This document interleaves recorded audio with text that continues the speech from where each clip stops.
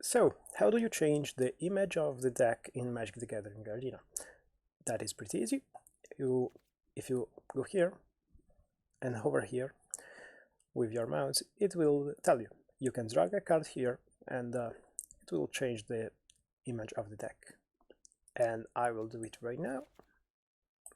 And it doesn't work.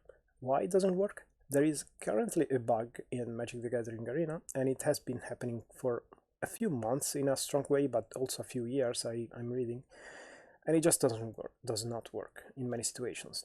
I don't know why it happens, but just dragging it like this should be the correct way, and it's the only reliable ways. That there are no really other ways. And if you cannot do it, you simply cannot do it. It's not a game-breaking bug, but it is a bug. So it's not like you don't know how to do it. It's like this, but it doesn't work. Like it's still the same image. Like it has not changed. So that is how you do it. That is how, in theory, you change